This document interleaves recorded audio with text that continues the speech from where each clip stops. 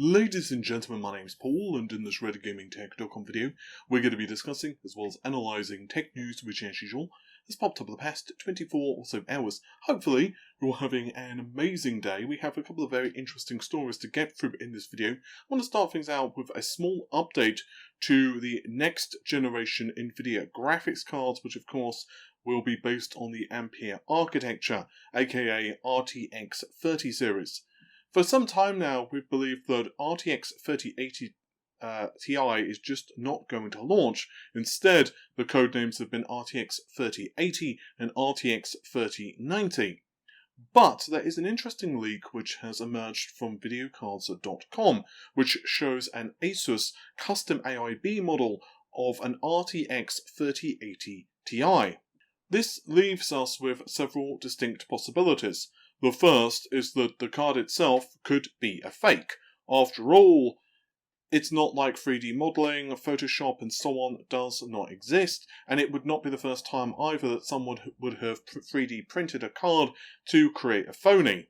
Another possibility is that the GPU in question is going to sit before the RTX 3090. So in the stack there would be the RTX 3080, the RTX 3080 Ti, and then finally the RTX 3090, or maybe even the RTX 3090 is going to basically replace the Titan.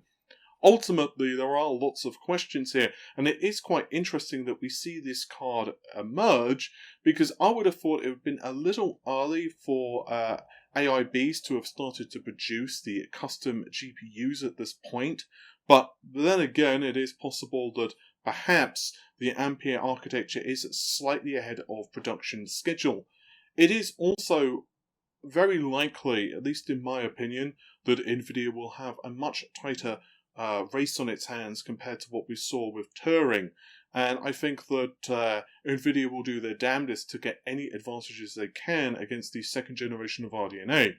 Now, naturally, this is not necessarily saying that Nvidia will have a performance disadvantage, or that AMD will be, within a frame or two of Nvidia. I just mean that I think that AMD are going to be excellent in terms of price to performance ratio.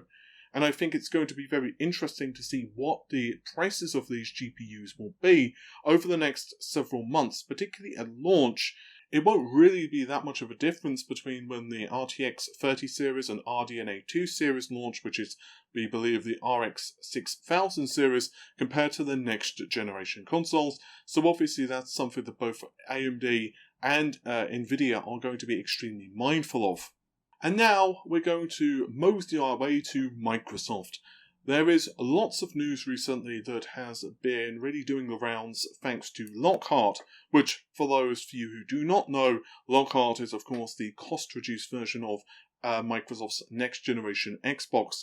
We can presume it will be the Xbox Series X, given Microsoft's previous naming scheme for the Xbox One. And the Series S, or Lockhart, is quite similar in many of its features compared to its bigger brother.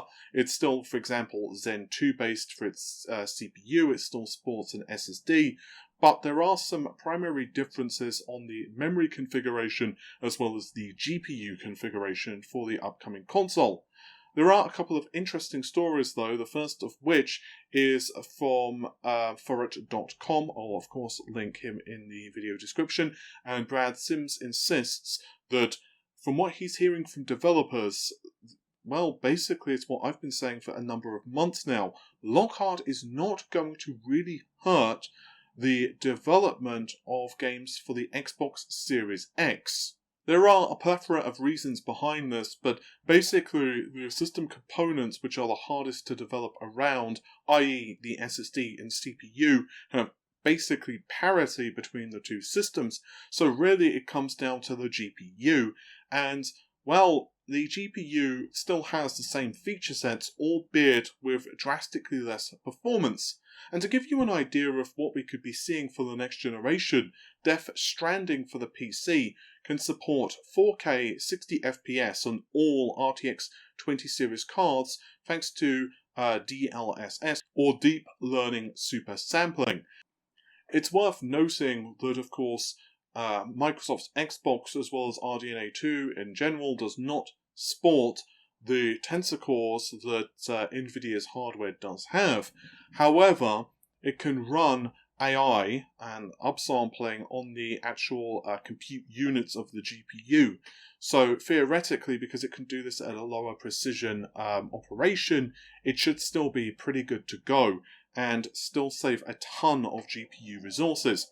But getting back on to the Xbox Series S's GPU, according to Tom Warren, he believes that the actual GPU inside the Xbox Series S only sports 20 compute units.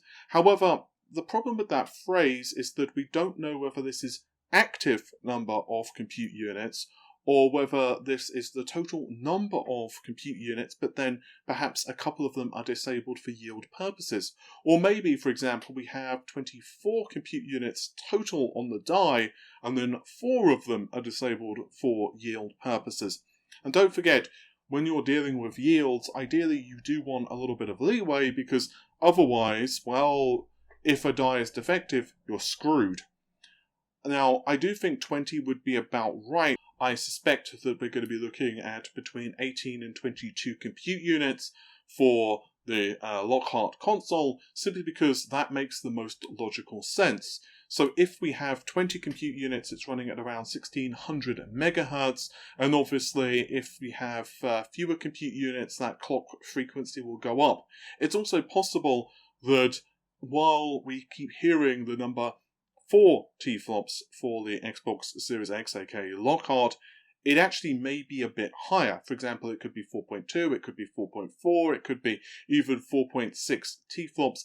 We could see, for example, a slight bump up as the console gets closer to launch, depending on how they feel the yields are and the quality of the silicon, which is being produced, of course, by TSMC. So it's going to be very interesting to see how all of this shapes up.